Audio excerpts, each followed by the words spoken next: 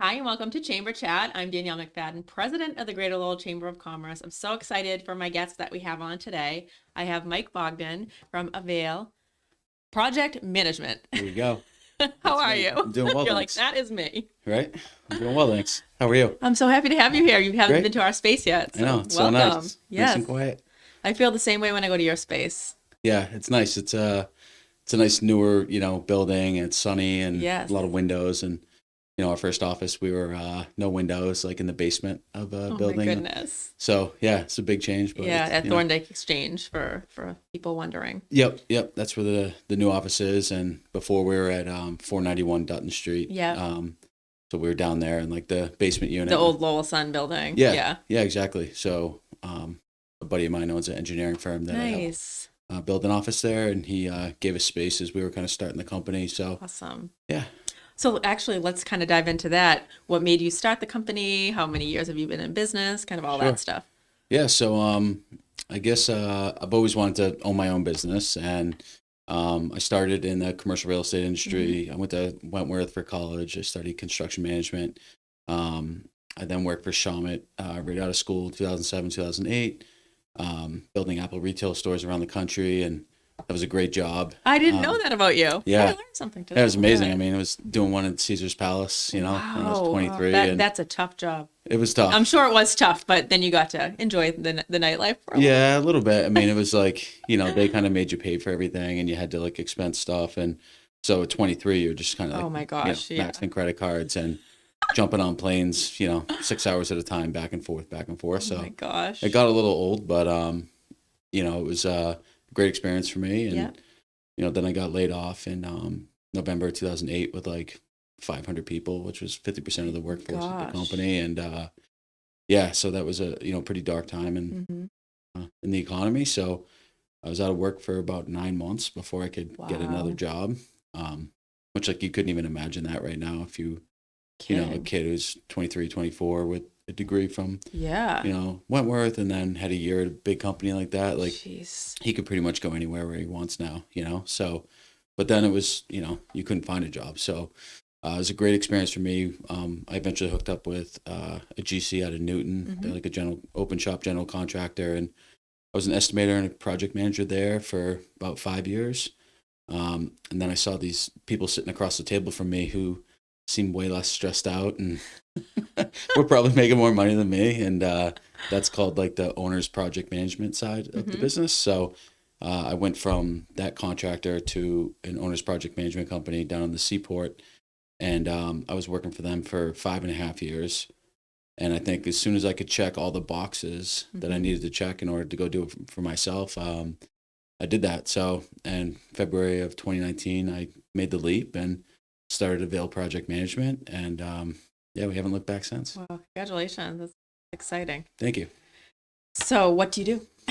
So as an owner's project manager, we're essentially, we work with tenants in the commercial real estate market. So everybody has a lease, and when their lease is coming up, they're either going to relocate, they're going to stay where they are, they're maybe going to expand, they're going to downsize. Either way, there's something they need to do. And most companies, they're not experts in, how much this costs and how long is this going to take us. So that's where we come in. So we'll help them with everything from building a budget, building a schedule, finding them the right architects, engineers, general contractors, furniture vendors, technology vendors, the whole gamut of what has to happen. And then we manage all those vendors for the client to make sure that we meet our budget and schedule goals, and help them also if they're moving out, like execute their lease obligations at their current facility. So Wow. So yeah, everything. yeah, Like, it's a soup to nuts. It's a soup to nuts operation, and it's fun because you get to be involved in the project at the very beginning. You get to learn a lot about these businesses because you're working very closely with the CEOs, COO, CFOs, and so it's interesting. You're constantly working with different companies. So that's the cool part about the job. And a lot of the vendors we work with are a lot of the same type of people, but there's kind of new players that kind of come in and go and come and go. And so those relationships, over the years, they just get better, and it allows you to be more efficient and when you have that kind of trust in these vendors to perform, it allows you to be more confident too, and making promises to your client that, yes, we can get this done and for this, and we can get you in by this date. So, so it's, it's a big team effort, and we're just, one of the players around the table that has to make it happen. Yeah. And you have a great team. Yeah. Internally. Yep. We got a young growing team. So we got a couple of guys in their late 20s that, have been with us one guy's been with us for 2 years. One guy's just is coming up on a year. Yeah. And, awesome. Both like really smart guys, very driven. I've been able to really work closely on training them. So awesome. They've been like home working by my side throughout projects, and now they're both respectively running their own projects. And so great. And that must feel really good as a business owner. It is. I mean, it's kind of, starting out when it was just me, it was like, this is going to be so hard, like finding the right people. And it really was too. Yeah. Like, it took a lot of like people coming and going through interviews, like, because you really do spend a lot of time together. And I think it's important. This would be the right fit. And then like, just you have to align on the values. Like you have to kind of want the same things. And, these two guys are, they have a lot in common. They both like sports. They're both married. They both have their own homes. And, they're just, looking for a good company to grow with. Like, that's great. Not a job. They're looking for a career, Yeah. And so excellent. I had a lot of great mentors in my life. And I think being able to like help them and, pass it down to them will help them, but also help the company with creating a culture. So when we do get, bigger and we start to bring on more people, it's not just me like teaching everybody how to do something. Right. I have this extension. So we're consistent, Yeah. That's so important too, because I mean, you hear companies who they hire, they put all this time and money into onboarding and training, and then, if somebody leaves. Yeah. So. No, 100%. And that's why I think it's important. Like, I have to be present. Yeah. As the owner of the company, but, in the meetings with them and helping them, and, just being there as a resource to help answer questions. And, if I was just out, golfing every day, like, right. That would be nice, but not a good way to grow a company. No, exactly. I mean, there's those days, and those guys like to come and golf and network. So I think it's important. I think a lot of businesses, it's either got really bad leadership where they get to a point where, hey, we made it. And like, now I can just go golf every day. And then that's when you lose your employees, and then I think there's, other businesses that, maybe invest more in like, training and education and stuff like that, where I think it's like, if it's a one-on-one personal relationship, like the other person on the other end is really going to benefit from learning from someone experienced. Yeah. So very true. Yeah. That's exciting. Yeah. And we recently got on the same board together. So That's we're right. excited about that. Yeah. Yeah. The Merrimack Valley Food Bank. Yes, I'm so excited. So I've been on the board for, I'm going to age myself now, but about 15 years. Wow.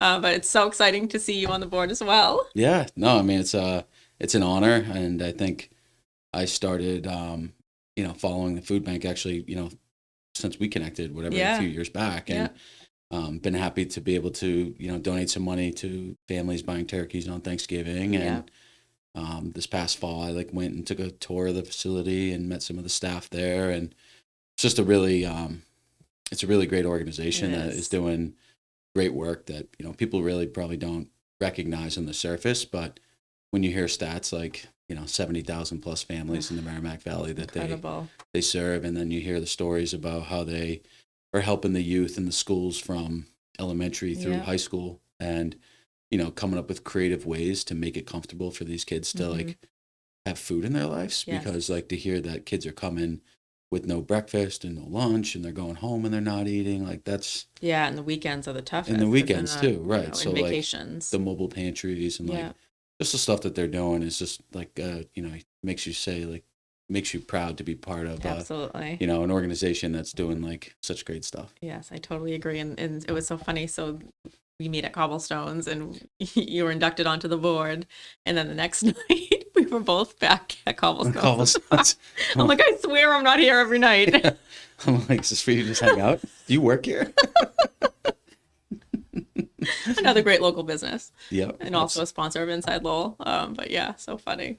Yeah.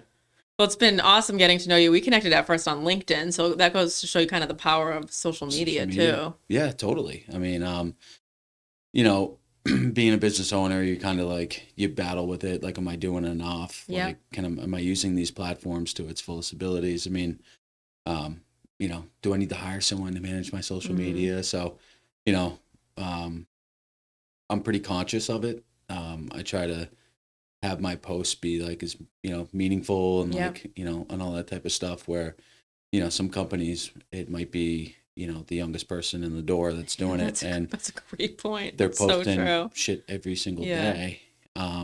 It's kind of like it just loses like it's a curb appeal Yeah. when it comes Yeah. to a post, because it's like, oh, it's just another post from these guys. Yeah. But when you do it, When they're like, posting just to post. yeah. Yeah. And when there's like, important things to celebrate, like we just completed this project, or, Yeah. here's some Exciting. like progress photos of like a really cool project or an awesome client we're working with. Yeah. And I mean, those are all kind of exciting things that people like to see, Mhm. that, are in our circles with social media that Yeah. follow what we do. I know, and it's a great benefit too to your clients if you're posting about them as well. Yeah. So it's a nice. win-win, Yeah, for sure. For sure. Is there anything else you want the viewers and listeners to know about you, about Avail Project Management? No, I mean, just that, we're setting our roots here in Lowell. I was born in Lowell. I was raised in Westford, then graduated high school, and I, went and lived in Boston from 2003 to 2017, and we moved back to Littleton, 2017. And so, being able to come back here and start a company and like, lay our roots down. Yeah.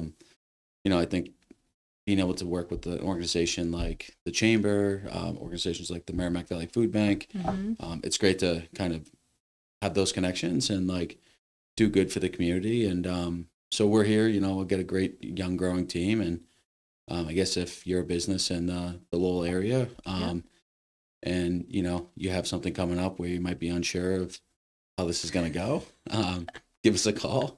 We'll be happy to help and give you some direction on what we can do. So awesome. Thank you. Yeah, and I'm glad you brought up that you were in Boston and came to Lowell, because there's so much opportunity in the greater Lowell area. And we've spoken offline before about, some of the companies that are in Lowell are international companies. Yeah. Doing business throughout the world. I know it is really true. I mean, I wish there was a way for us to like make that more known. Yeah. Well, maybe we could podcast about it. We could start bringing these companies in. We could, and I mean, I think like Lowell is such a great college, right? We were there the other week. A big real estate company in Boston was putting on a seminar for life science companies, and like, the strategies around life science and what the marketplace looks like for life science, because, rents are much more expensive than a regular commercial office space. The utilities are a whole different facet, as it relates to a science and tech place versus a general office space. Yeah. So I think a lot of the audience that was there were kind of people affiliated with life science companies in the area. Awesome. Maybe at the incubator state too. So like, I think they were really kind of curious on, again, like, what's the process? Like, how much is this going to cost us? Like, where's the right place to be? Right. And I think Lowell has so much potential for the years to come, especially with, a great university like Lowell. Yeah. A lot of bright people that are coming and going out of that school. Very true. They're obviously investing a lot into the local community. Yep. Through their, real estate program. So I think Lowell's just going to continue to evolve, and you can see like a lot of the infrastructure improvements, even on Dutton and Thorndike Street there is just made such a difference to that area. And you got a front row seat to all of that. Oh yeah. Well, I think with most of it being, hopefully behind us at this point, it's just mostly, I think, landscaping that will probably happen this spring. I think it'll really dress up the area and make it really pretty. And I agree. So it's exciting. I mean, I think there's a lot to be excited about with, being in Lowell and, to see what's in the future here. I think we can splice that up and do a little test. That's like perfect testimonial for Lowell. Yeah, right. Send that over to the city. Nice. Well, thank you so much for joining me today. Yeah, thanks for having me. I always love talking to you. And yeah, I'm definitely. sure if I'll see you, if not at a mixer, the bar at Cobblestones. Yeah. Sounds good. Thank you all for tuning in to Chamber Chat, and we'll be back again soon with another great guest. Thanks so much.